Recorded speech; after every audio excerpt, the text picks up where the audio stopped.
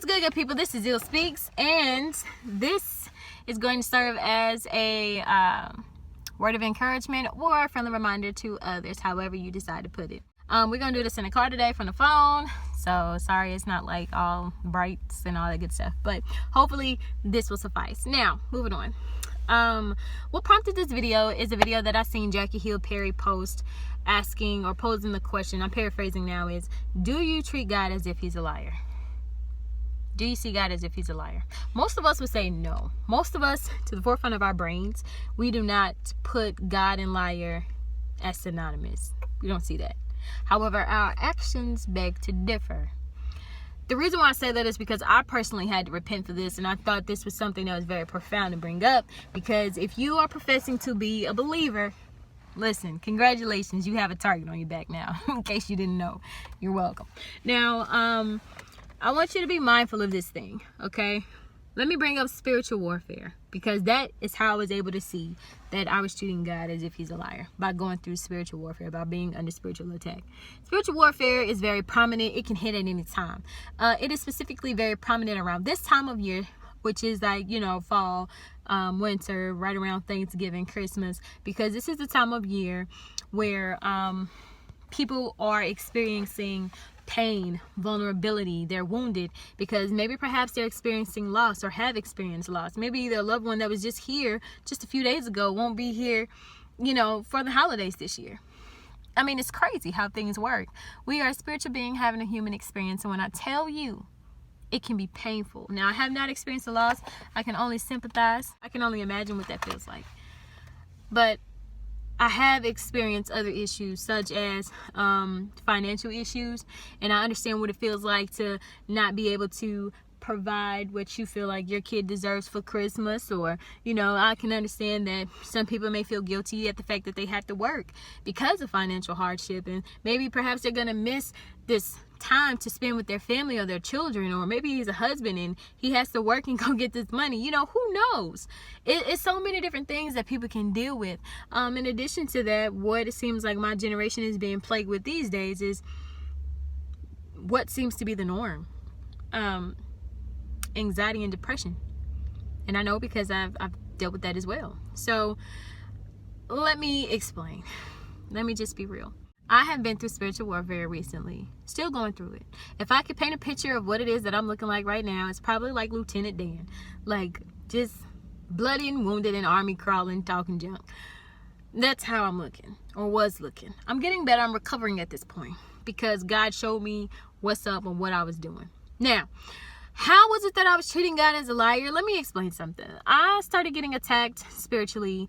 It started mentally. It was intense. It started out real subtle, and it started getting real intense. Next thing you know, it started trickling down into other aspects of my life, my health, my family, my finances. It started getting real. And I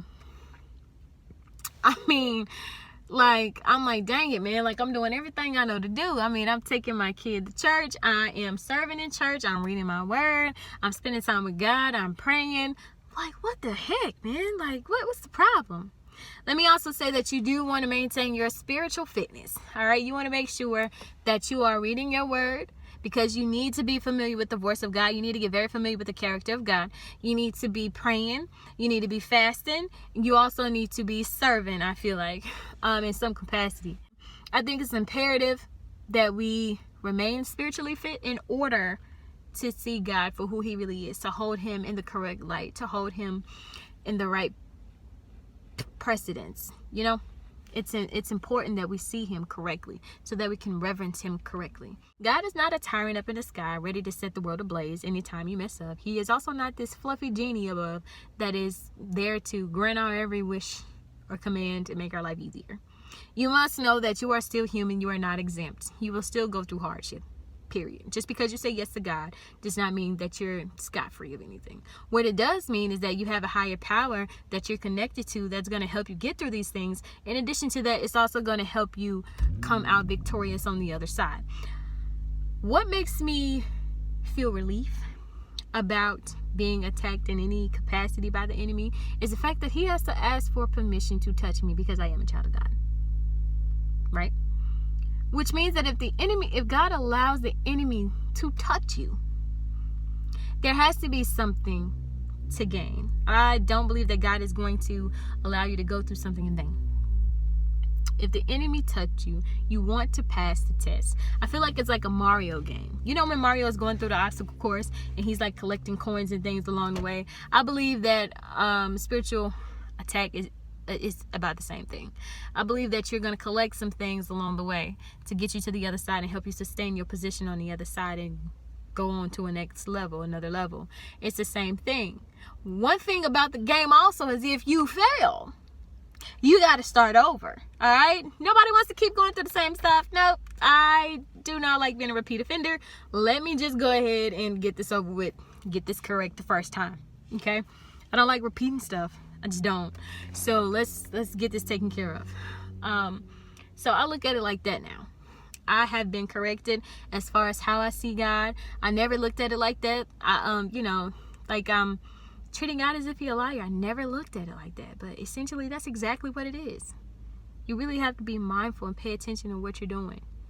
You have to be mindful. You have to be very intentional. You have to remain spiritually fit so that you can see God in the correct light. Now, also, let me add this. My mother taught me as a child, somebody hit you, hit him back. Why? Because you are not a punching bag. You do not allow anyone to just run over you, to hit on you, or anything of the sort. I teach my child the same thing. Okay? Same thing applies to the enemy. If he hits you, hit him back. I mean, like really, air it out. Hit him with some brutal blows. Launch some missiles, whatever it is you got to do. You do that by remaining spiritually fit. The enemy is liable to pop off at any time, and you got to be ready to jaw him, period. You understand what I'm saying? You have to be ready at all times. He is clever. He has studied mankind since the beginning of time. He does not like us simply for the fact that we are image bearers of God. He is jealous of that. He is upset about it. The audacity of God to make us in his image. The enemy felt like he was supposed to have that. He felt like he was supposed to be God, and he's not. That's his problem. That's why he's in the predicament he's in right now, for trying to exalt himself above what God is. How do you try to exalt yourself above the Creator, clown? So with that being said, that's why he is in the predicament he's in right now. That's why his main goal is to steal, kill, and destroy, because he desires us to lose our final destination. He desires us to lose our destiny. He desires for us to lose our soul. He knows what his end is. It's written. It is written. He already knows what the end looks like for him. For us, we have a chance. All we have to do is accept Jesus Christ and walk that walk. This is not free. Like a lot of people say salvation is free. Yeah, you can accept it. It's free, but it's going to cost you something. Pick up your cross and follow God. And it gets real when you do that, because you have to deny yourself.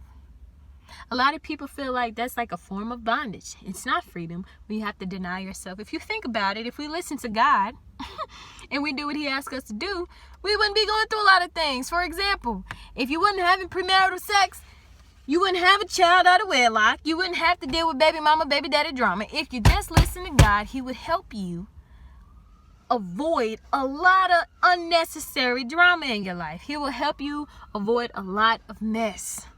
If we were only obedient to God in the first place, we wouldn't be dealing with a lot of these things. A lot of us wouldn't have to work our fingers to the bone, and a lot of us wouldn't have to go through so much stuff and mental torment if we would have only listened to God in the first place.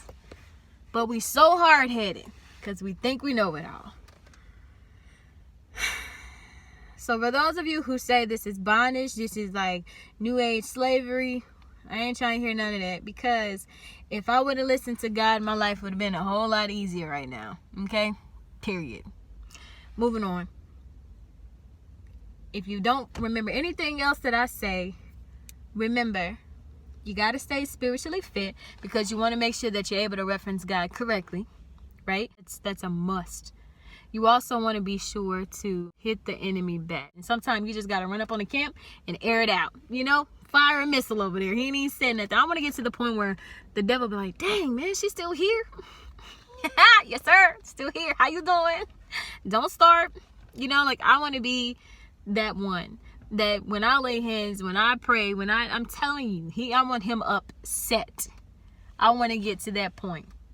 I still got a lot more training to do. I still got a long ways to go. But the fact that my heart is set the way it is, I already know he upset because he keep coming for me. The enemy has tried to kill me on several occasions. From the time I was a child, I was born upside down. Definitely born breech. Umbilical cord wrapped around my neck. Like, the enemy was trying to take me out of here from the beginning. But here I am. I remember I was in the 3rd grade. This dude came up out the sunroof shooting. Here I am in the 3rd grade. We outside playing. I jump on my little sister and my little brother. Like, my little body is going to stop them. Bullets didn't fly away, thank God. But, like, literally, I seen a dreadhead come out the ceiling, the sunroof of a Jeep or some type of SUV. He came up out of there shooting at these 2 dudes that was right across the street from us. Ridiculous. Man, I just jumped on them. It was crazy. Car accidents. I remember one time I was in a 3-car accident. I was in the passenger seat, and I'm the only one out of the 3 cars that did not get hurt. And it's crazy because I seen it happen right before it happened. And as soon as I came out of it, it was happening. It's crazy. So, I mean, yo, the enemy has tried me on multiple attempts.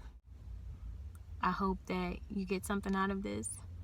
If you didn't hear anything else I said, make sure that you are reverencing God correctly. Make sure that you see God for who he truly is. And move forward. Just reevaluate it. Are you treating God as if he's a liar? I hope this helps. God bless. Love y'all. And remember what I said. Hit him back. Air it out.